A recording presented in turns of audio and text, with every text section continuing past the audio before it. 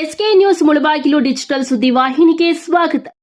ಸನ್ಮಾನ್ಯ ಕೋಚುಮಲ್ ನಿರ್ದೇಶಕರು ಮತ್ತು ತಾಲೂಕು ಅಧ್ಯಕ್ಷರಾಗಿರ್ತಕ್ಕಂಥ ಕಾರ್ಯಕ್ರಮ ನಾಗರಾಜನವರೇ, ಖ್ಯಾತ ವಕೀಲರು ಮತ್ತು ವಾಗ್ಮಿಗಳಾಗಿರ್ತಕ್ಕಂಥ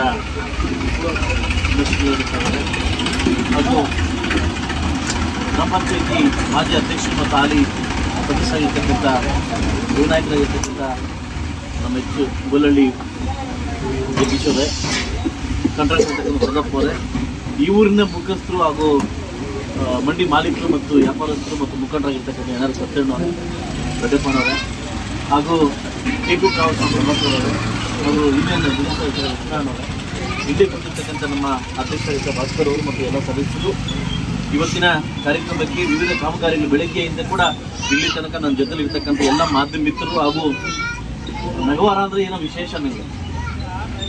ಈ ನಗವಾರ ಅಂದರೆ ವಿಶೇಷ, ಯಾಕಂದರೆ ನಾನು ಬಂದಾಗಿಂದ ಕೂಡ ನಗವಾರಕ್ಕೆ ಊರಬ್ಬದ ದಿವಸ ಊಟಕ್ಕೆ ಬರ್ತೀನಿ. ಅದಂದರೆ ಬಾಂಧವ್ಯ, ಈ ಊರಿಗೆ ಬರಲೇಬೇಕು ಅನ್ನೋ ಬಾಂಧವ್ಯ ಅನ್ನೋದು ಬಾಂಧವ್ಯ. ಅದರಿಂದ ಇವತ್ತು ಬೈರ್ಕೂರು ಹೋಬಳಿಯ ಏನು ದೇವ್ರ ಮೂಲೆ ಅಂತ ಏನು ಕರಿತೀವಿ ಇತ್ತು, ಬೈರ್ಕೂರು ಹೋಬಳಿಯ ವಿವಿಧ ಕಾಮಗಾರಿಗಳನ್ನ ಮತ್ತೆ ಇನ್ನೊಂದು ಏನಂತಂದ್ರೆ ಮತ್ತೆ ಫಸ್ಟ್ ವೀಕಲ್ಲಿ ನವೆಂಬರ್ ಫಸ್ಟ್ ವೀಕಲ್ಲಿ ಮತ್ತೆ 7 ಪೂಜೆ ಇದೆ, ಮತ್ತೆ ಬರಬೇಕು. 7 ಪೂಜೆ ಇದೆ. ಮತ್ತೆ ಪೆದ್ದೂರು ಗೇಟ್ ತನಕ ಸುಮಾರು 2 ಕೋಟಿ ರೂಪಾಯಿ ಅಮೌಂಟ್ ಹಾಕಿದ್ದೀನಿ. ಆ ರೋಡ್ಗೂ ಪೂಜೆ ಮಾಡ್ಲಿಕ್ಕೆ ಬರಬೇಕು. ಹಾಗೂ ಪುಣ್ಣಳ್ಳಿಗೆ ಮತ್ತೆ ಹಾಕಿದ್ವಿ. ಮತ್ತೆ ಚಿನ್ನಹಳ್ಳಿಯಿಂದ ಮತ್ತೆ ಏನು ನಮ್ಮ ಇದರಿಂದ ಬರ್ಬೇಕಾಗಿರ್ತಕ್ಕಂಥ ಇದು ಕಾಳನಹಳ್ಳಿ ಬೈಪ್ನಳ್ಳಿವರೆಗೂ ಅದೊಂದು 3 ಕೋಟಿ ರೂಪಾಯಿ ಅಮೌಂಟ್ ಹಾಕಿ ಅದಕ್ಕೂ ಬರಬೇಕಾಗುತ್ತೆ.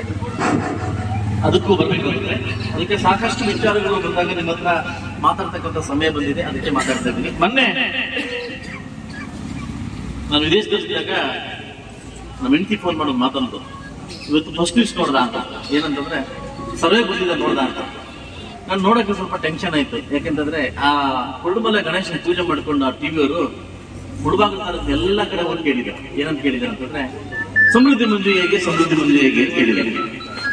ನನಗೆ ನೋಡ್ಲಿಕ್ಕೆ ಎಷ್ಟು ಹಾರ್ಟ್ ಬೀಟ್ ಸ್ಟಾರ್ಟ್ ಆಯ್ತು ಅಂದ್ರೆ ಯಾರೇನ್ ಬೈತಾರ ನನಗೆ ಬೈತಾರ ಗೊತ್ತೇ ಇತ್ತು. ಆದ್ರೆ ನನ್ನ ಮತದಾರ ಪ್ರಭುಗಳು, ಅದಕ್ಕೆ ಮುಳಬಾಗಿಲು ತಾಲೂಕಿನ ಎಂತ ಸಮೃದ್ಧಿ ಜನಗಳು ಅಂತಂದ್ರೆ, ಎಂತ ಹೃದಯದ ಜನಗಳು ಅಂತಂದ್ರೆ 25 ಜನ ಮಾತಾಡಿದ್ರೆ 25 ಜನರು 23 ಜನ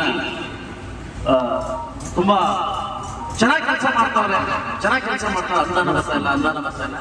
ಅನುದಾನ ಬಂದ್ರೆ ಇನ್ನೂ ಚೆನ್ನಾಗಿ ಕೆಲಸ ಮಾಡ್ತಾ ಇದ್ರು ಅಂತ ಭರವಸೆ ಕೊಟ್ಟು ನನಗೆ ಬಹುಶಃ ನಾನು ಗೆದ್ದಿದ್ದೀನಿ. ನಾನು ಗೆದ್ದ ಖುಷಿ ಆಗಿಲ್ಲ, ಮೊನ್ನೆ ನಾನು ಗೆದ್ದಿದ್ದೀನಿ ಅಂತ ಒಂದು ಮನಸ್ಸಿಗೆ ತೃಪ್ತಿ ಐತೆ.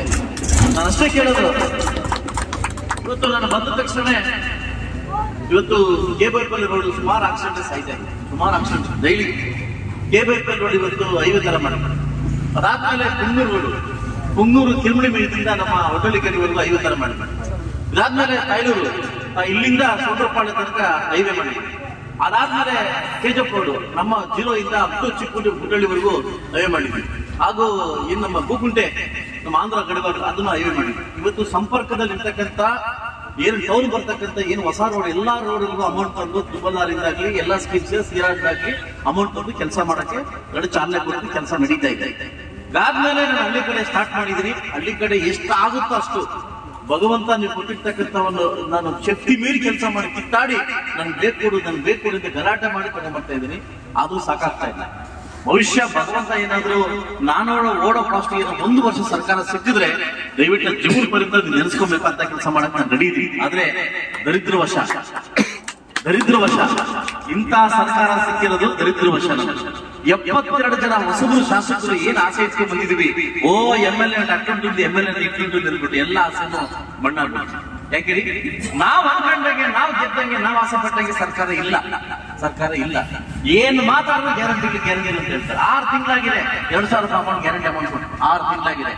ಹೆಣ್ಣು ಮಕ್ಕಳು ಇವತ್ತು ಅರ್ಥ ಮಾಡ್ಕೊಂಡು, ಯಾಕೆಂದ್ರೆ ಇವತ್ತೇನಾಗಿದೆ ಅಂದ್ರೆ ಸಿದ್ದರಾಮಯ್ಯಗೆ ಕುರ್ಚಿ ಉಳಿಸ್ಕೊಳ್ಳೋ ಭಾಗ್ಯ, DKಶಿಗೆ ಕುರ್ಚಿ ಕಿತ್ಕೊಳ್ಳೋಕ್ ಭಾಗ್ಯ, ಉಳಿದವರಿಗೆ ಅವರ ಅಂತ ಭಾಗ್ಯ, ಆ ಕಡೆ ಈ ಕಡೆ ಭಾಗ್ಯ. ಇದೇ ಇದರಲ್ಲಿ ಅವರು ದಿನನಿತ್ಯ RSS ಗುಂಡಿ ಚೇರು ನವೆಂಬರ್ 1 ಕ್ರಾಂತಿ ಇಲ್ಲ ವಾದ್ಯನಾಗಲ್ಲ. ನಮ್ಮನ್ನ ಡೈವರ್ಟ್ ಮಾಡ್ತಾರೆ, ನಮ್ಮನ್ನ ಮೂರ್ಖರ ಮಾಡ್ತಾರೆ.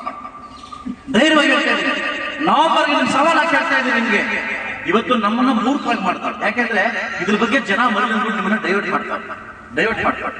ಈ ಸರ್ಕಾರ ಬೇರೆ ಜೊತೆಗೆ ಹೋಗ್ಲಿ ಅಂತ ದಿನನಿತ್ಯ ಟಿವಿ ನೋಡ್ಬಿಟ್ಟು ನಮ್ಮನ್ನ ಡೈವರ್ಟ್ ಮಾಡ್ತಾರೆ. 72 ಜನ ಶಾಸಕರು ಇನ್ಕ್ಲೂಡಿಂಗ್ ಕಾಂಗ್ರೆಸ್ ಶಾಸಕರು ಕೂಡ ಮಾಡ್ತಾರೆ. ಯಾಕಂತ ನಾವು ಬೆಳವಣಿಗೆ ಆಗ್ತಾ ಇಲ್ಲ, ನಮ್ಮ ಕೈಯಲ್ಲಿ ಆಗ್ತಾ ಇಲ್ಲ.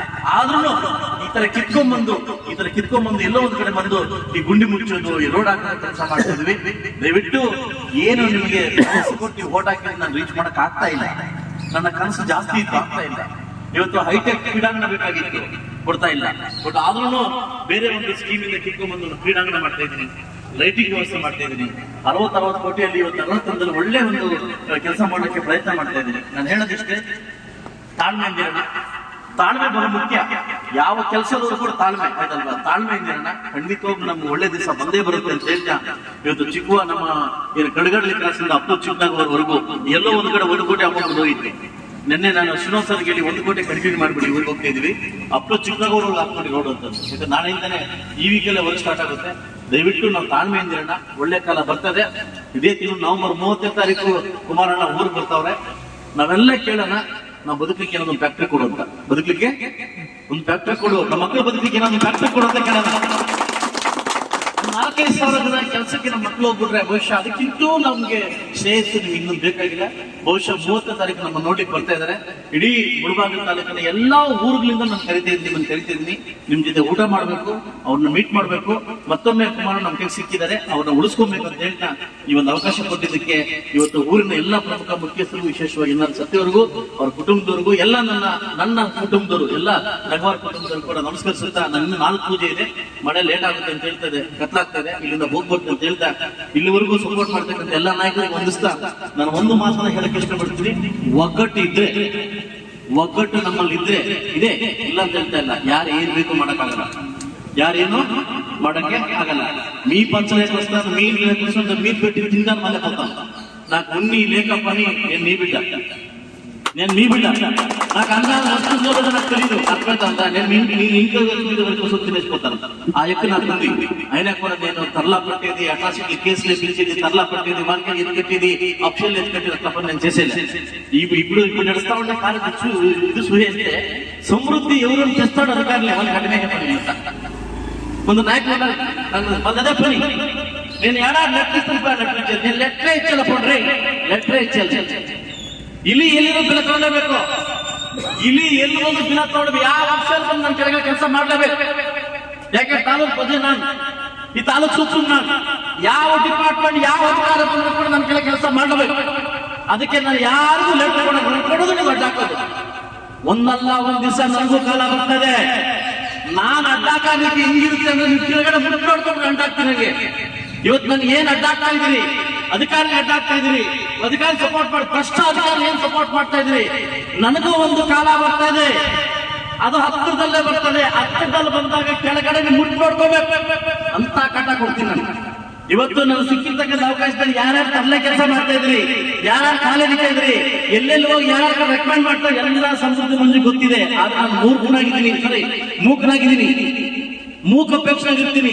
ಆದ್ರೂ ನನಗೂ ದೇವರು ಒಂದಲ್ಲ ಒಂದ್ ದಿವಸ ಸರ್ಕಾರ ಬರ್ತದೆ, ಆಗ ನಾನು ತೋರಿಸ್ತೀನಿ.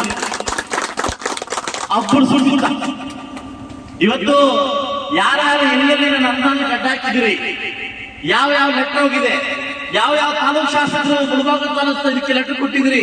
ಭಗವಂತ ಒಬ್ಬರಿದ್ರೆ ನೋಡ್ತಾ ಇರ್ತಾನೆ. ಯಾಕೆ ಗೊತ್ತಾ, ಪ್ರಜಾಪ್ರಭುತ್ವ ನಾನು ಕೂಡ ಶಾಸಕ, ಕಳ್ಳ ಶಾಸಕನಾಗಿಲ್ಲ, ಪ್ರಜಾಪ್ರಭುತ್ವದಿಂದ ಶಾಸಕನಾಗಿದ್ದೀನಿ ನಾನು. ಜನ ಮೆಚ್ಚ ಶಾಸನ ಮಾಡಿದ್ದಾರೆ. ಆದ್ರೆ ಒಂದು ನನ್ನ ಕಣ್ಣಲ್ಲಿ ಬರ್ತಕ್ಕಂಥ ವಿಷಯ, ಇನ್ನೊಂದು ಮುಂದೊಂದು ಮಾತಾಡ್ತಕ್ಕಂಥ ಜಾಯಮಾನ ಸಮೃದ್ಧಿದಿಲ್ಲ. ನನ್ನ ಹತ್ರ ಇಲ್ಲದೆ ಓಪನ್ ಆಗಿ ಮಾತಾಡೋದು. ಇವತ್ತು ಅನುದಾನ ಇಲ್ಲ, ಓಪನ್ ಆಗಿ ಹೇಳ್ತಾ ಬಂದಿರ್ತಕ್ಕಂಥ ಹಾಕಿ ಬರ್ತಾ ಇದ್ದೀನಿ. ಇವತ್ತು ಕಾಂಗ್ರೆಸ್ ಸರ್ಕಾರಕ್ಕೆ ಒಂದು ನಾಚಿಕೆ ಆಗ್ಬೇಕು. ಕಾಂಗ್ರೆಸ್ ಶಾಸನ 100 ಕೋಟಿ, ನನಗೆ 10 ಕೋಟಿ. ನೀವೆಷ್ಟು ಮಾಡಿ ₹100 ನನಗೆ ₹10 ತಗೊಂಡು ಯಾವ ಊರಿಗೆ ಏನ್ ರೋಡ್ ಹಾಕೋಣ, ಯಾವ ಗುಂಡಿ ಮುಚ್ಚಲಿ ನಾನು. ಇವತ್ತು ನನಗೆ 10 ಕೋಟಿ ಕೊಟ್ಟಿದ್ದಾರೆ, ಇನ್ನೂ ಹಣ ಬಿಡುಗಡೆ ಮಾಡಿಲ್ಲ. 25 ಕೋಟಿ ಕೊಟ್ಟಿದ್ದಾರೆ. ಪಾಪ ಇವ್ರು ನಮ್ಮ ಕಾಂಟ್ರಾಕ್ಟರ್ ಎಲ್ಲ ಕಾಲ ಇರ್ತಕ್ಕಂಥ ಅವ್ರ ಎಂಟಿಂತ ಕೊಡಬೇಟ್ಟಿದ್ದಾರೆ, ಕೆಲಸ ಮಾಡ್ತಾರೆ ನನ್ನ ಕಾಟ. ಇವತ್ತು ಕಾಂಟ್ರಾಕ್ಟ್ ಉಳಿದ್ರೆ ಮಾತ್ರ ಅವ್ರ ಉಳಿದ್ರೆ ಮಾತ್ರ ನಾವು ಬದುಕಿ ಸಾಧ್ಯ ಆಗುತ್ತೆ. ಎಷ್ಟೋ ವರ್ಷಕ್ಕೆ ಬಿಲ್ ಆಗ್ತದೆ ಪಾಪ. ಸೊ ದಯವಿಟ್ಟು ಮುಂದಿನ ದಿವಸ ಒಳ್ಳೆ ಸರ್ಕಾರ ನಡೆಸತಕ್ಕಂಥ ದೇವರು ಸರ್ಕಾರ ಕೊಡ್ಲಿ, ಇಂಥ ಸರ್ಕಾರ ತೊಲಗಲಿ. ಆದಷ್ಟು ಬೇಗ ನಾವು ಗಡಿಭಾಗದಲ್ಲಿದ್ದೀವಿ, ನಮ್ಗೆಲ್ಲ ಒಳ್ಳೇದಾಗಲಿ ಅಂತ ಹೇಳ್ತಾ ಇಷ್ಟು ಅವಕಾಶ ಕೊಟ್ಟಿರ್ತಕ್ಕಂಥ ಎಲ್ಲರಿಗೂ ಹೊಂದಿಸ್ತಾ ನಾನು ಮಾತು ಮುಗಿಸ್ತಾ ಇದ್ದೀನಿ. ಎಲ್ರಿಗೂ ಒಳ್ಳೇದಾಗಲಿ. ಜೈ ಜೈ ಕರ್ನಾಟಕ ಮಾತ್ರ.